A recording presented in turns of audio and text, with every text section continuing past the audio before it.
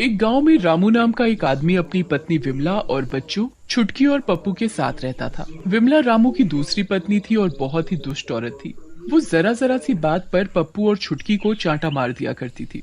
एक दिन पप्पू और छुटकी घर के बाहर खेल रहे होते हैं, तभी विमला वहाँ आती है और उन दोनों से कहती है, हाय रे मेरी फूटी किस्मत, एक तो निकम्मा पति मिला है, ऊपर से उसके राक्षस बच्चे।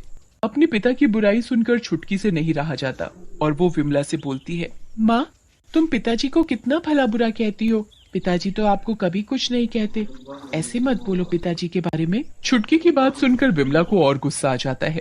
वो छुटकी के कान पकड़कर बोलती है, दैया रे दैया, चुटकी सी है तू, लेकिन जबान तेरी बहुत लंबी है। देखो तो जरा इनको, बाप के बारे में कोई कुछ ना बोले। अभी तो मैं जा रही हूँ महारानी, आज मेरा मूड अच्छा है, इसलिए चुपचाप बैठकर कपड़े धो लेना। ऐसा कहकर विमला वहाँ से चली जाती है। पप्पू छुटकी के पास आता है और बोलता है, बहन तुझे लगी तो नहीं, मेरा बस चले तो इस माँ का सर फोड़ दूं। कितना गंदा गंदा बोलती है ये हमें। मेरा भाई मुझसे इतना प्यार करता है, मुझे तो पता ही नहीं था। ऐसा नहीं बोलते भाई, वो जैसी भी है हमारी माँ ही तो है। कई दिन बीत जाते हैं। एक दिन किसी बात पर विमला छुटकी को खूब मारती है। ये सब वही पास में खड़ा पप्पू देख रहा होता है। पप्पू एक पत्थर उठाता है और विमला को मार देता है। जब देखो मेरी बहन को भला बुरा कहती रहती है, ये ले आज के बाद कुछ मत कहना। विमला का सर फट जाता है। ये देखकर छुटकी और पप्पू डर जाते हैं और घर छोड़कर भाग जाते हैं।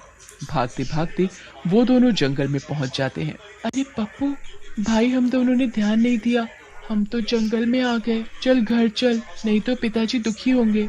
छुटकी की बात सुनकर पप्पू हंसने लगता है और बोलता है,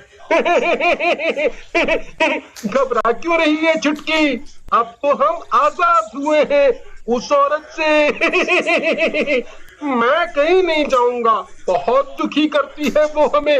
और रही बात पिताजी की, वो तो वैसे भी उस औरत के गुलाम हैं। तभी पप्पू और छुटकी पप्पू को रोकती है। अरे छुटकी, उस झोपड़ी में से धुआं कैसा निकल रहा है और कोई खुशबू आ रही है, जरूर स्वादिष्ट खाना बन रहा होगा।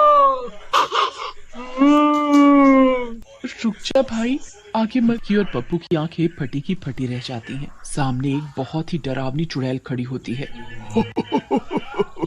आज तो मजा आ गया, आज तो शिकार खुद चलकर मेरे पास आया है। बच्चों का मांस खाए हुए वैसे भी कई साल हो गए। चुड़ैल को ऐसे हंसते देख पप्पू चुड़ैल से बोलता है,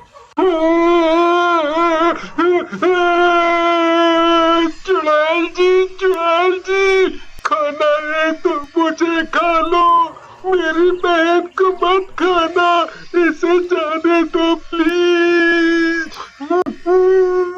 पप्पू को रोते देख छुटकी को भी रोना आ जाता है और वो चुड़ैल से बोलती है, नहीं नहीं चुड़ैल जी, ये तो छोटा है, इसे कुछ नहीं पता, आप इसे जाने दो, आप मुझे खा लो, ये मेरा इकलौता भाई है, आप इसे कुछ मत कहो।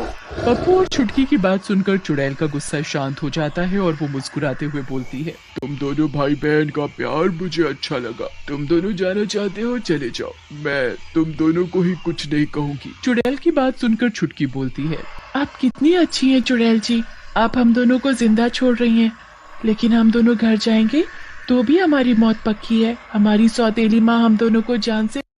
एक गाँव